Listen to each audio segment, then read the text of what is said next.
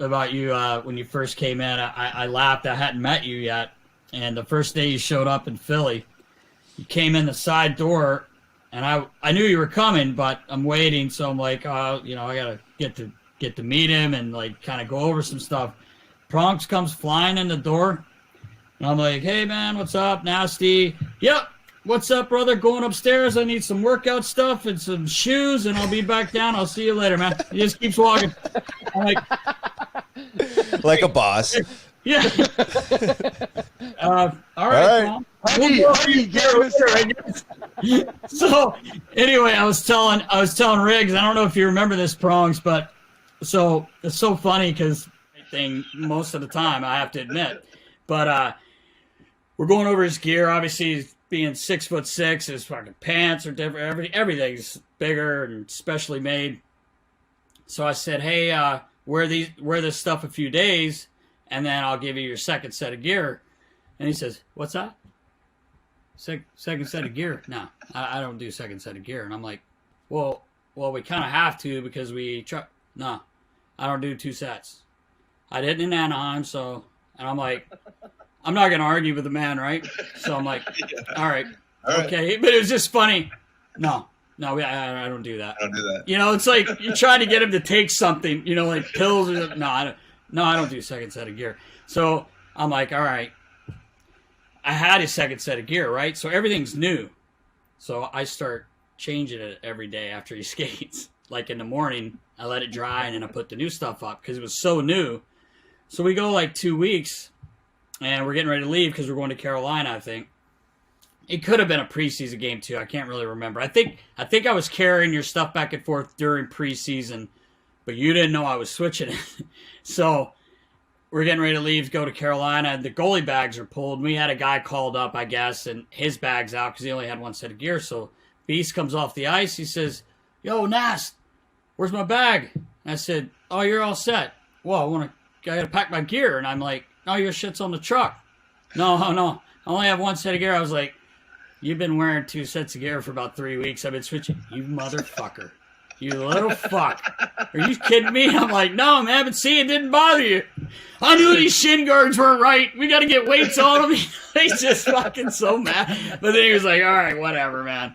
So I was like, yes. I got one on the Beast. But he's like, you little fuck. I stood about 10 feet away, too, in case he was going to come after me. But talk to your 3 years in Philly and, and the culture of, Flyers hockey and kind of how you exited the game. Yeah, you know what? I think when I look back on it, there was a couple times where when I was being traded that I almost went to Philly and I was in my prime. And, having gotten there and seeing the environment and seeing the passion of Mr. Snyder and the fan faithful and, everything that encompassed Philly. And, you hear all the stories and the lore of how crazy the fans are and, all the rest of that. And you see guys with the Flyers tattoo on the side of their head. Right. and Flyers Eric. And, yeah. And, with all that stuff, you're just like, oh, man, this is legit. So when you see, and it was really kind of obviously known Homer my whole NHL career. You look at, the passion of Mr. Snyder, Peter Luco, Comcast, Mr. Roberts, and what they exude and how they wanted the team to play, how they wanted the team to be run. Everything was about winning. That culture of just win, baby. Just win. Yeah. Mr. Snyder, Al Davis, that old school owner mentality. It's something that I appreciate. I played the game to win. I wasn't out there trying to make friends. I wasn't out there trying to, stick tap everybody and hey, buddy.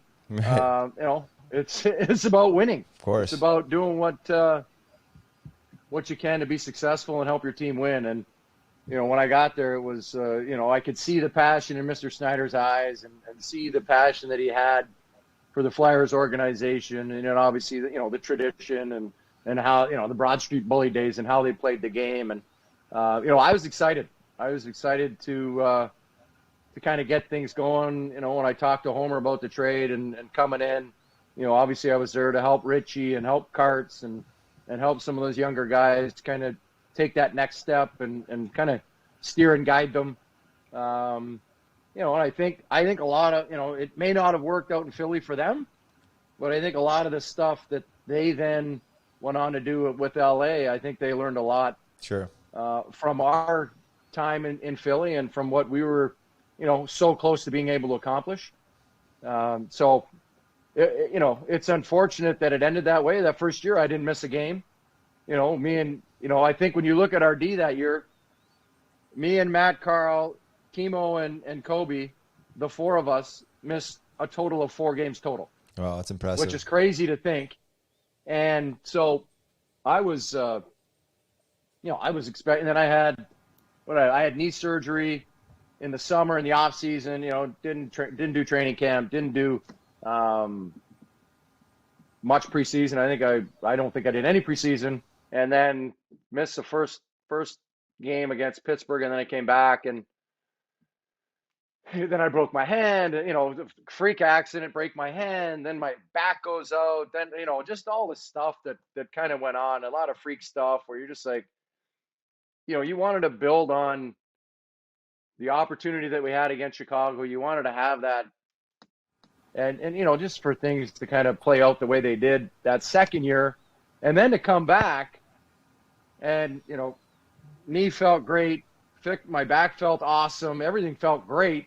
Got off to a great start.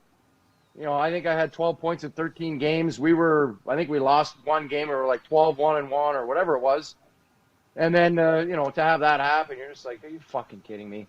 Yeah. And just to deal with everything with my eye, and then obviously the concussions and everything. And, I think it was frustrating. It was, I got a soft spot for Mr. Snyder. He's obviously, hardcore, passionate owner. But I think when he sees where you're at in that regard, I went out for dinner with a number of times afterwards and just kind of talked to him. And, he basically told me, man, you're done. Really? You're not playing. You can't play. Because, his son's a doctor, and he showed him my medical file, and he's like, seriously, Mr. Ed, or whatever he called him. Kind of dad. Like, he looked at my medical file and all my injuries, and then obviously all my concussions and everything that kind of went on. He's like, he's just not going to be able to play. Like, you can't. Don't think that at some point this guy's miraculously in 2 or 3 years going to be able to play. Right. It's not going to happen.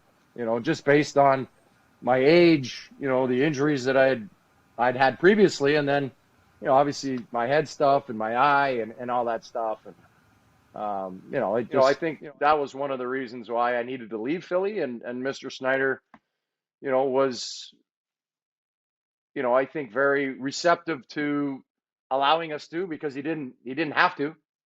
I was still being paid. He could have said, hey, you need to be here training. You need to be here trying to get healthy. And, I think he knew what was going on with my wife's parents and everything that was, health related with them. And, I think he was, understanding more so with, I think what other players had gone through in the organization, obviously his own health and stuff that he was dealing with. So it was, had it been another owner, I don't know if they would have understood. I don't know if they would have been as accommodating as, I think he appreciated the way I played. I think he understood, what I brought to the table. It sucks, we bring in Briz and I'm, the first little bit, and then I'm watching Briz and I'm like, if I'm there, half the shit this guy's doing, he's not doing. He's going to get a stick over the head and told to shut the fuck up. Like, he's pointing at guys after goals, like he's blaming guys and doing all this stuff. I'm like, just shut up and stop the puck. Like, that's your job. And, so, it from that side, it was frustrating knowing if you're there, a lot of this stuff wouldn't happen, or you'd be able to mitigate it and and kind of steer and guide the group to, you know, the right path, or not, or just be a support and be able to be a part of it, and knowing my experiences and all the different things that I'd been through. Obviously, we brought in Yags, and I had talked to him. I was one of the reasons why he wanted to come, because he didn't want to get hacked anymore. Yeah, right. Yeah. He's tired of it.